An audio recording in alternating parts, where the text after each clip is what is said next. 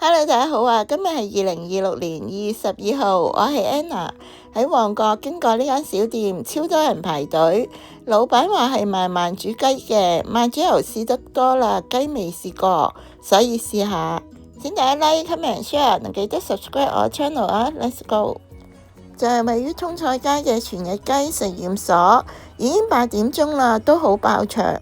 餐廳細間，主打係賣溫泉雞同桑拿瑤柱肉餅，仲有溫泉蛋，都係用 QR code 落單嘅。今日選咗63蚊新加坡溫泉雞套餐，飲品係要咗 Coca-Cola。呢個冇味精嘅例湯呢，味道甜甜地，好一般，唔係太好飲。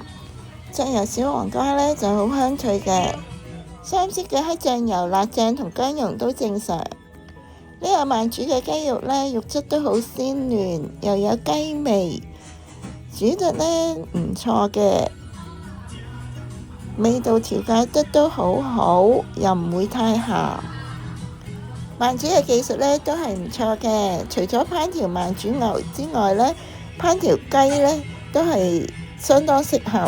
但係同傳統嘅技術比較呢，傳統師傅煮出嚟嘅雞係滑啲。油飯呢就煮得都好軟熟，同埋粒粒分明，幾好食。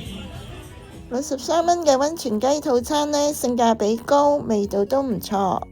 呢餐晚餐已經好飽，冇追加到桑拿瑤柱肉餅、溫泉蛋，好多好評。今日分享係咁多啦，多謝大家收睇，我哋下條片再見啦，拜拜。